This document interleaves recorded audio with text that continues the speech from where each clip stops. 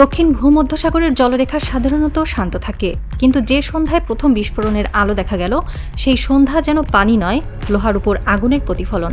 ছবিগুলো প্রকাশ্যে আসার পর বিশেষজ্ঞরা এক মুহূর্ত থেমে তাকিয়েছিলেন, কারণ স্ক্রিনে দেখা বন্দর আরসুদ বন্দর ইসরায়েলের সবচেয়ে বড় বাণিজ্যিক লাইফলাইন। সেটি এমনভাবে ক্ষতিগ্রস্ত যে দশকের পর দশক ধরে অচ্যালেঞ্জিত অবস্থানধারী একটি রাষ্ট্র প্রথমবার অনুভব করল তার বুকে আঘাত লেগেছে। এই বন্দর দিয়ে ইসরায়েলের মোট আমদানির প্রায় 60% প্রবেশ করে।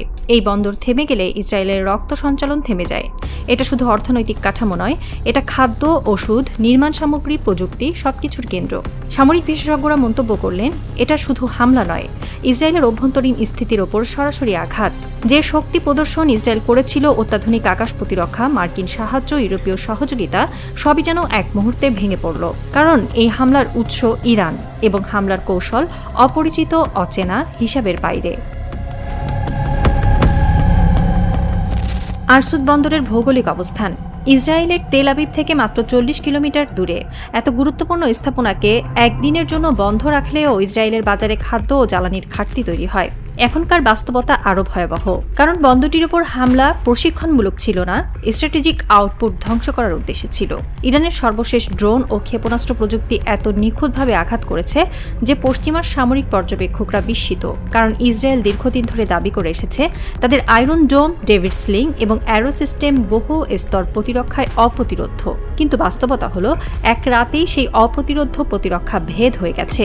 ইসরায়েলের অভ্যন্তরীণ বিশ্লেষকরা বলছেন, গত 70 বছরে ইসরায়েল এমন অর্থনৈতিক ধাক্কা আর কখনো পায়নি। যে দেশ মধ্যপ্রাচ্যে লাগাতার সামরিক আধিপত্য দেখিয়েছে, আজ সেই দেশের নিজস্ব বাণিজ্যিক রাজধানীর ওপর ভূরাজনৈতিক জোয়ার আছড়ে পড়ছে। ইসরায়েলের নিরাপত্তা কেবল ইসরায়েলি সামরিক বাহিনীর উপর নির্ভরশীল নয়, এতে যুক্ত হয়েছে মার্কিন নৌবহর, মার্কিন স্যাটেলাইট নজরদারি, ইউরোপিয়ান ইউনিয়নের সহযোগিতা, ন্যাটো মানের প্রশিক্ষণ সমর্থন। ফ্রান্স তার বিমান বাহিনী রণতরী পাঠিয়েছে, জার্মানি পাঠিয়েছে প্যাট্রিয়ট সিস্টেমের অতিরিক্ত সেল, মার্কিন যুক্তরাষ্ট্র দ্বিগুণ নজরদারি ওয়ার্ক স্টেশন স্থাপন করেছে। তবু আক্রমণ ঠেকানো যায়নি। কেন?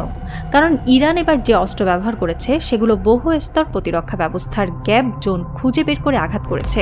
ইসরায়েল ভেবেছিল হিজবুল্লাহ বা অন্য সংগঠনের রকেটের মতো ইরানের আক্রমণও হয়তো পূর্বনির্ধারিত ছকে আসবে, কিন্তু ইরান ভিন্ন পথ বেছে নিল, ইসরায়েলের অর্থনীতির শিরা কাটল। আরসুদ বন্দর অচল হওয়া মানে ইসরায়েলের অভ্যন্তরে চাপ, বাজারের সংকট, বড় কর্পোরেশনগুলোর আমদানি থেমে যাওয়া এবং সাধারণ মানুষের নিরাপত্তাহীনতা বেড়ে যাওয়া। ইসরায়েল জানে সামরিক যুদ্ধের ক্ষতি সহ্য করা যায়, কিন্তু বন্দর অচল থাকা মানে রাষ্ট্র ব্যবস্থার ওপর সরাসরি আঘাত। ইরান বহু বছর ধরে বলছে যে কেউ ইরানের অর্থনীতিতে আঘাত করবে, ইরান তার প্রতিক্রিয়া এমন স্থানে দেবে যা আঞ্চলিক শক্তির সমীকরণ পাল্টে দেবে। এবার ইরান তার কথার বাস্তবায়ন করেছে। ইসরায়েলের ওপর হামলার পাশাপাশি ইরান আরেকটি কৌশলগত স্তর খুলেছে, তেলক্ষেত্র যুদ্ধ। কারণ যুক্তরাষ্ট্র ও তার মিত্ররা ইরানের তেল রপ্তানিকে শূন্যে নামিয়ে আনার চেষ্টা করছে বহু বছর ধরে। ইরান জানে যদি তার অর্থনীতির শ্বাস নিতে না পারে তাহলে যুদ্ধেও টিকে থাকা কঠিন। সেই প্রেক্ষাপটে ইরানের কৌশল হলো, যদি আমার অর্থনীতিতে আঘাত করো, আমি তোমার অর্থনৈতিক সাপ্লাই লাইনে আঘাত করব। এই তত্ত্বেই শুরু হলো মধ্যপ্রাচ্যের তেল ক্ষেত্রের নতুন যুগের সংঘর্ষ। কুয়েত প্রতিদিন প্রায় 2.5 মিলিয়ন ব্যারেল তেল রপ্তানি করে। এর বড় একটি অংশ নিয়ন্ত্রণ করে মার্কিন কোম্পানি শেভরন। এই তেলই মধ্যপ্রাচ্যে মার্কিন আর্থিক আধিপত্যের মূল উৎস, পেট্রোডলার ব্যবস্থার হৃদয়। ইরান এই কেন্দ্রেই আঘাত করেছে। কুয়েতের সবচেয়ে বড় তেল শোধনাগার আহমেদ রিফাইনারি, যেখানে প্রতিদিন প্রায় 4,05,000 ব্যারেল তেল পরিশোধিত হয়, সেখানে ড্রোন আক্রমণে উৎপাদন সম্পূর্ণ বন্ধ হয়ে গেছে।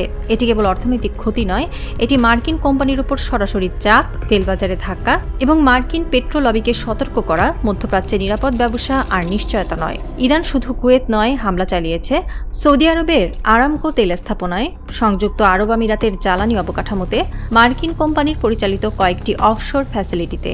এই হামলাগুলোর বার্তা ছিল, ইরানের বিরুদ্ধে যুদ্ধ করলে মধ্যপ্রাচ্যের অর্থনীতিও সেই যুদ্ধের ভেতরে ঢুকে পড়বে।